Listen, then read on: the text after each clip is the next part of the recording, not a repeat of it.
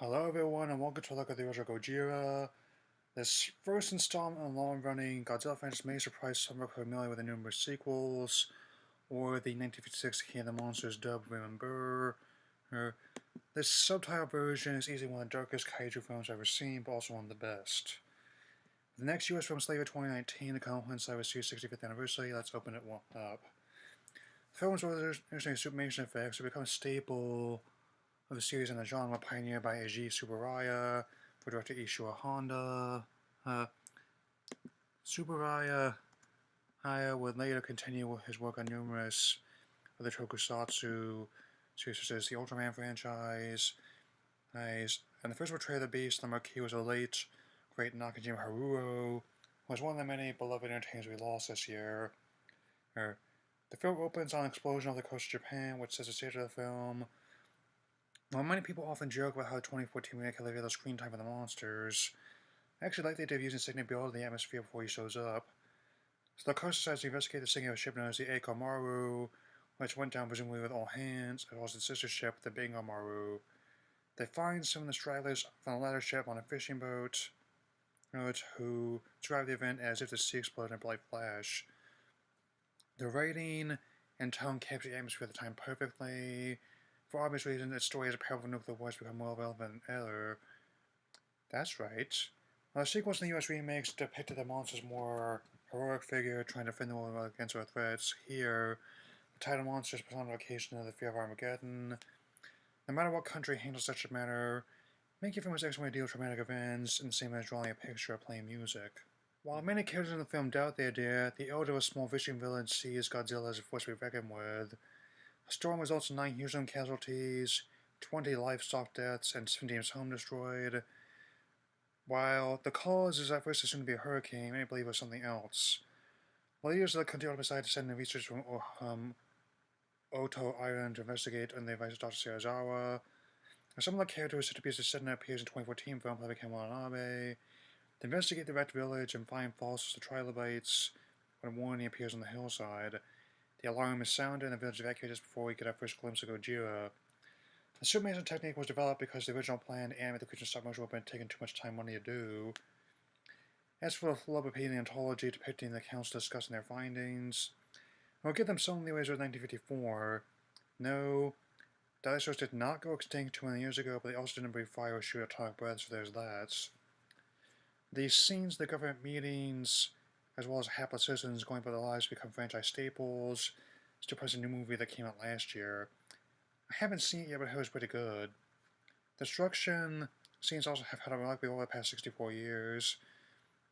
The thing is often associated with dodgy sets and store-bought models. Here, the scenes of the monster are less campy and more generally terrifying. Also helps the film keep a very bleak atmosphere throughout, capturing feelings of post-war environment perfectly. Even though the movie does often get heat for putting so much emphasis on human characters and monsters, to be honest, if they didn't have them at all, it would actually cause a problem that wouldn't be hard and many to complain about. If there weren't any humans on Terra, there wouldn't be much to worry about, would there? No. This first one establishes its niche right off. Humanity being caught the way of the destruction of an ancient beast, the physical form of all their fear and uncertainty. The music in this was also simple but fit to stay in the mood. Akira Ikufube's score is a great compliment to Tokyo and the surrounding areas being back with Dio Gojira.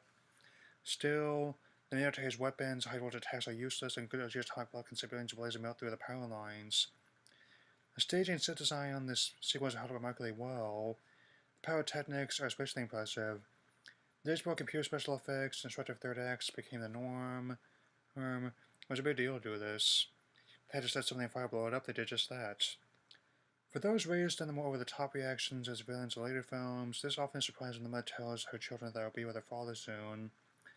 She sounds less hysterical, more genuinely scared that she and her kids are going to die. Nakajima Haruo also portrayed the role in this from this film all the way to Godzilla vs. Gigan in 1972.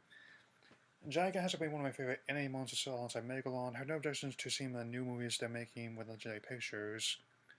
Haruo also portrayed the role alongside Tezuka Katsumi in this film, as well as installments. Being like Katsumi also played parts in horror films with director Honda Ishiro. Ishiro did extensive work in the series and other tokusatsu for his passing in 1993. Anyway, as more deaths and injuries pile up, they left very few options. Ball the monster back where it came, or risk using an experimental device that CSR has developed, which had numerous consequences in the latter case.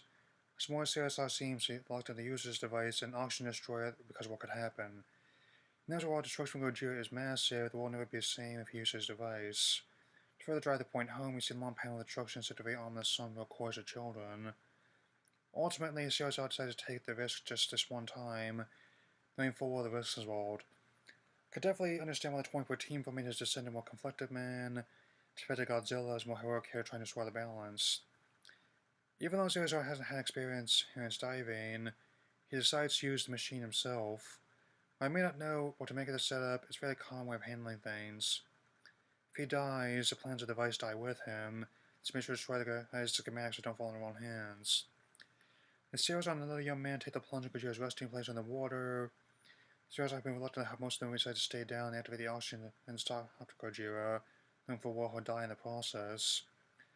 While Gojira isn't killed, he does go to rest, the possibility he'll return to keep their actions.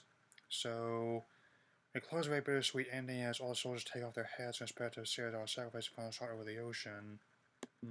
This film, while surprising and entertaining to anyone who's familiar with the Camper sequels, was seen in it as a dark film even in its time. While the effects were done by actual nuclear attack survivors, many critics at the time took issue with the movie exploiting tragedy for spectacle, and merely a common criticism that many disaster films have today. The film was even released the same year as it bombed testing Bikini Atoll. Still, the film ended up being a big hit that spawned 27 sequels, 2 US remakes, and one of the longest running film franchises ever. Its influence can still be felt around the genre and many subsequent films like it. While sequels in 1956 may have plenty of camp value, this film is easily a definitive edition of the original installment.